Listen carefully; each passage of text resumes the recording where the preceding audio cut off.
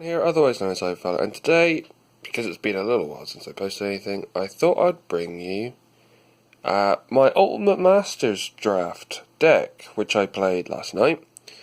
Is it expensive? Oh yeah, but when you look through what I've picked up, you'll see that I'm actually okay with it. So, I went into Mardu Reanimator with my pulls, which would be white, black, and red. And let's go through the deck. So, at the top here, I had a Hyena Umbra. The Umbras are ridiculously powerful in the draft format.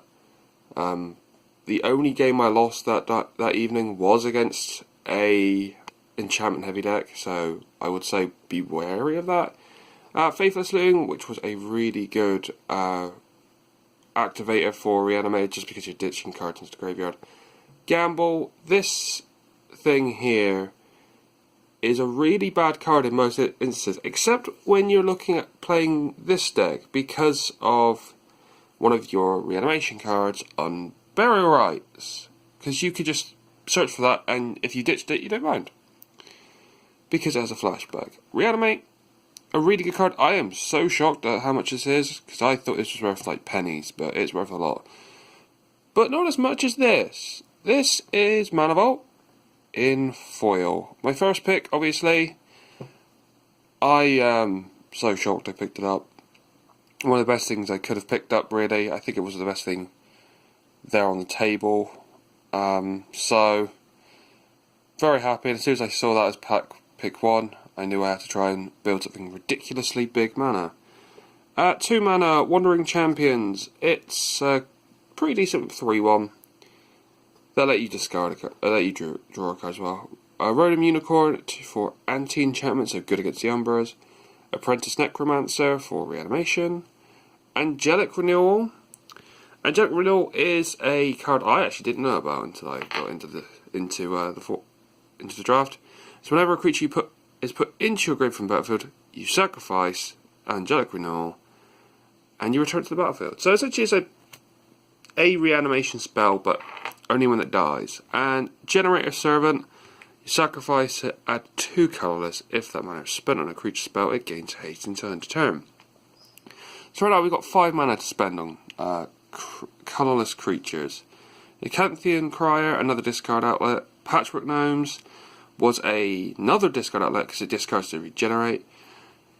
Cathodian is the worst card in the entire deck. If I actually had another option for 3 mana, I probably would have taken Cathodian out, because it never did what I wanted to. Because Cathodian's effect is it's 3-3, and when it dies, add 3 colourless mana. But of course, it would never actually activate properly, because it would always die in a combat step, and I haven't got enough instants for it to work. Foil Vessel of Endless Rest, it's a mana rock, and it let me fix my reanimation spells being in the graveyard back into the deck. Spark Spitter, another discard outlet. This one was a really good discard outlet for me, because it meant I could still offer threat while getting rid of my reanimation targets. The cool thing with my reanimation deck, Anger is in Ultimate Masters. I forgot he was in Ultimate Masters. And as long as you have a mountain, and this is in the graveyard, all my creatures have haste. So Faithless Looting plus Anger means that everything has haste. Then we have our 2 major high-costed reanimation spells. Miraculous Recovery, which gives it a +1/+1, and Unburial Rites, which is 4 and a black. I never actually cast it. I think I cast it for its normal colour, for its normal cost once.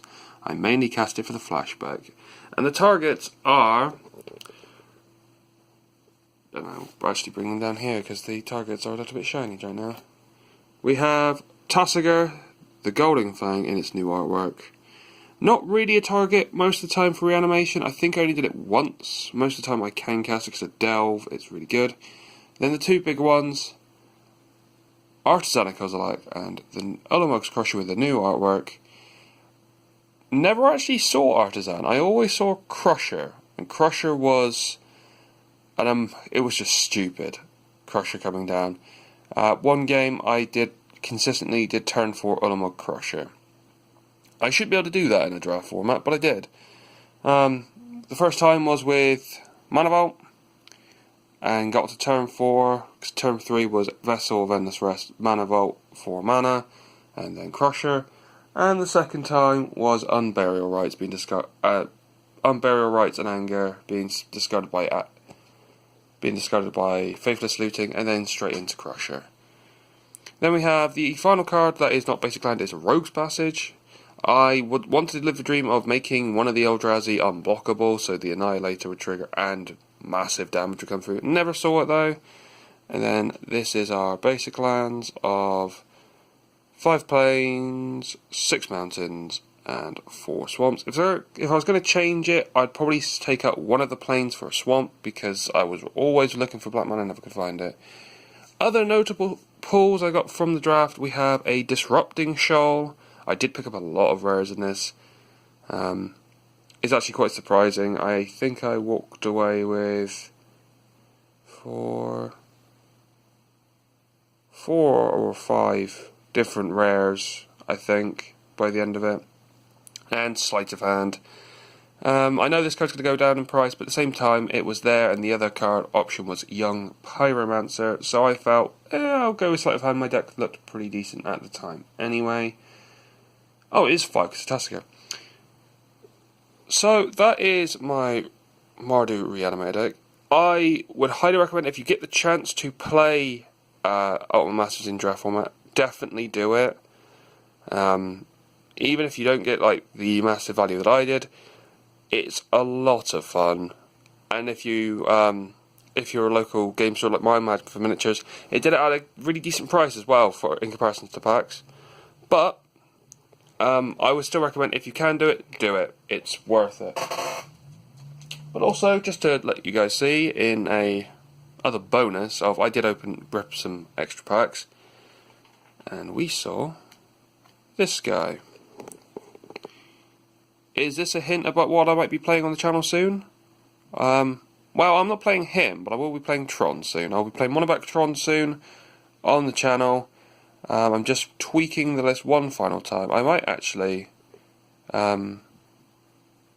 tweak it and try and play a different colour. But I want to try and give you Monoback Tron. I've been saying it for a little while, and I'll put it up there soon. So thank you all for watching, and I'll see you all next time.